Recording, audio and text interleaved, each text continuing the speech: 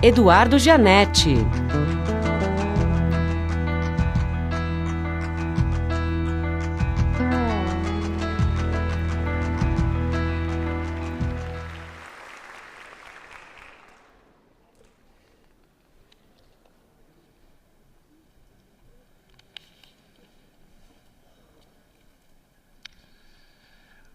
Muito boa tarde a todos.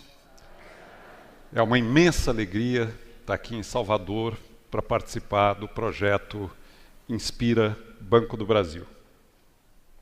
A escolha de Salvador para sediar o tema Identidade Brasileira, a nossa identidade não podia ter sido mais feliz. A Bahia é o berço do Brasil, é onde tudo começou. E a Bahia é o estado mais exuberantemente africano do Brasil.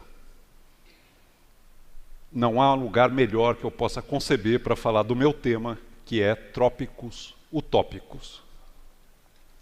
Eu sou um economista, mas eu quero tranquilizar vocês porque eu não vou falar de economia. Eu vou falar de sonho. A pergunta que nos foi proposta e sobre a qual eu vou desenvolver essa reflexão no tempo muito limitado é: por que somos como somos? E tem duas maneiras de se abordar essa questão, que no fundo é a busca da nossa identidade. A primeira maneira é olhar para o nosso passado, de onde nós viemos, a nossa história comum.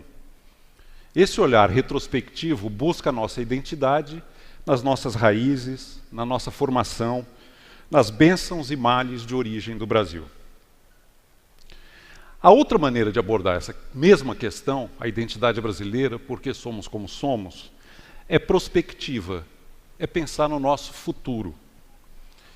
Nós podemos encontrar nossa identidade não olhando para trás, mas olhando para o que nos une, para os valores e os sonhos de que nós somos portadores. Existe uma utopia brasileira? A que vem o Brasil, afinal, como nação? Quais são os valores que nos definem, que dão cor à nossa identidade? Essas duas abordagens, olhando para trás e olhando para frente, elas não são excludentes. Mas nos momentos que nós vamos estar juntos aqui, eu queria enfocar especialmente na abordagem prospectiva, olhar para o nosso futuro. Tudo que eu quero fazer aqui, e a minha grande aspiração nesse momento, é provocar cada um de vocês a imaginar comigo o Brasil que sonhamos. A ideia de uma civilização brasileira. O primeiro passo, inevitavelmente, é reconhecer o que nos falta. As nossas deficiências de ordem prática. Elas estão aí aos olhos de todos. O fato é que o Brasil ainda não resolveu problemas básicos da sua vida material. Áreas como saúde pública, ensino fundamental, saneamento, segurança, transporte coletivo. O Estado brasileiro arrecada 1/3 do resultado do nosso trabalho, essa é a carga tributária. Ele gasta mais do que arrecada e ele não oferece serviços públicos minimamente aceitáveis. Mas eu falei que eu não vou vir aqui como economista, eu não vou insistir nesse ponto. O fato é que nenhum sonho do Brasil pode se tornar realidade se não enfrentarmos com determinação essas questões elementares. O desafio é reduzir drasticamente a desigualdade que nos acompanha há séculos e é construir uma nação em que todos, independente de origem, de classe social, de cor, de gênero, de religião, todos tenham condições de viver dignamente e realizar o seu potencial criador. O ideal é conquistarmos no Brasil a igualdade de oportunidades, porque ela liberta o potencial de cada ser humano. Mas superar as nossas deficiências e atacar as nossas pendências, por mais gritantes que sejam, não é o mesmo que afirmar valores. Toda cultura incorpora um sonho de felicidade. Um ideal. Qual é o sonho brasileiro? Se tudo der certo no Brasil, o que somos? Existe uma visão, da qual eu não compartilho, mas que muitos colegas meus economistas têm, de que o Brasil não passa de uma cópia imperfeita do chamado mundo desenvolvido, dos países ricos. Dentro dessa visão, se tudo der certo, nós seremos como eles são. Eu acho que essa é uma visão colonizada. Se tudo der certo no Brasil, nós não vamos virar um estado do sul dos Estados Unidos ou um estado do sul da Europa, uma nação igual às outras nações desenvolvidas. O que há de errado nessa visão é que ela mede o Brasil por uma métrica de sucesso que não é a nossa, que não reflete os nossos valores brasileiros. Eu discordo radicalmente dessa visão colonizada. Se o Brasil não se tornou um país modelo nos moldes ocidentais, foi porque, essencialmente, ele não quis, porque nossos valores são outros. O nosso ideal de felicidade difere do que prevalece nos países chamados desenvolvidos. Nessa obsessão técnico-consumista em que se vive para consumir e se consome para viver e para trabalhar e para acumular.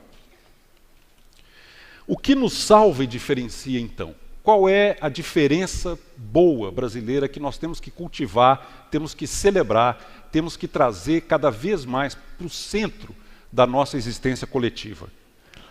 O centro dos nossos valores, ele está ligado ao modo como aqui se fundiram as culturas ameríndias, africanas e europeia.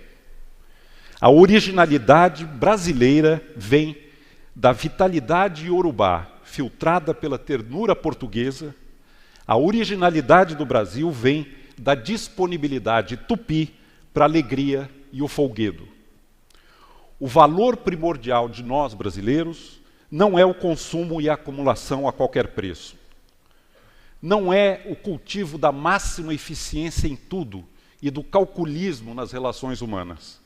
O valor primordial brasileiro é a sociabilidade, uma compreensão lúdica e amigável da vida, no qual a espontaneidade vale mais que o calculismo, o congraçamento é melhor que a competição, e a alegria da convivência é o centro da nossa realização.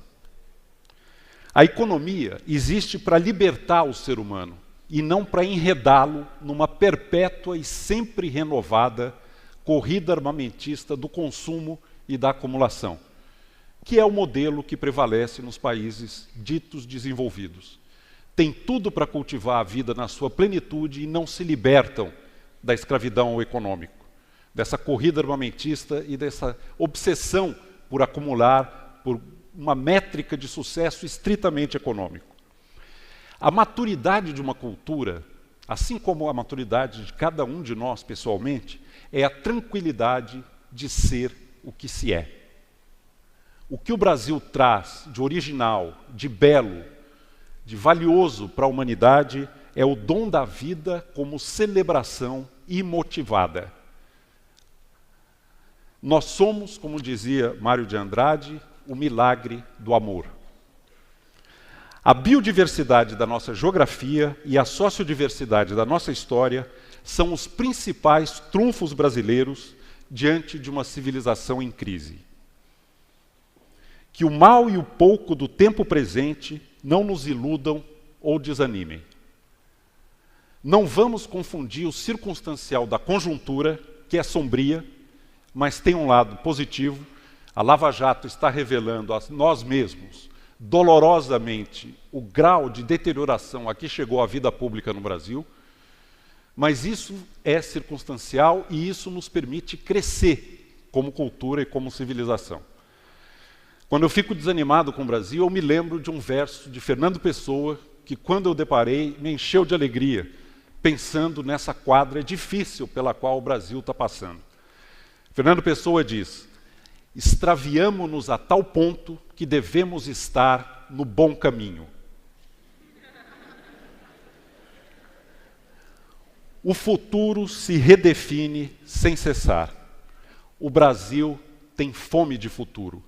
O Brasil sairá engrandecido desse doloroso processo de autoconhecimento pelo qual nós estamos passando. Mas para isso é fundamental, e com isso eu encerro a minha fala, a nossa participação ativa na vida pública brasileira. Não vamos nos omitir, vamos nos engajar, vamos nos interessar, vamos nos informar para melhorar a qualidade da nossa convivência. E não vamos esquecer que o Brasil será o que for feito por nós. São os nossos valores e os nossos sonhos que vão tornar esta utopia uma realidade que não é para fazer inveja em ninguém, mas é para fazer justiça à nossa grandeza, à nossa aspiração e ao nosso sonho. Obrigado. Obrigado. Obrigado.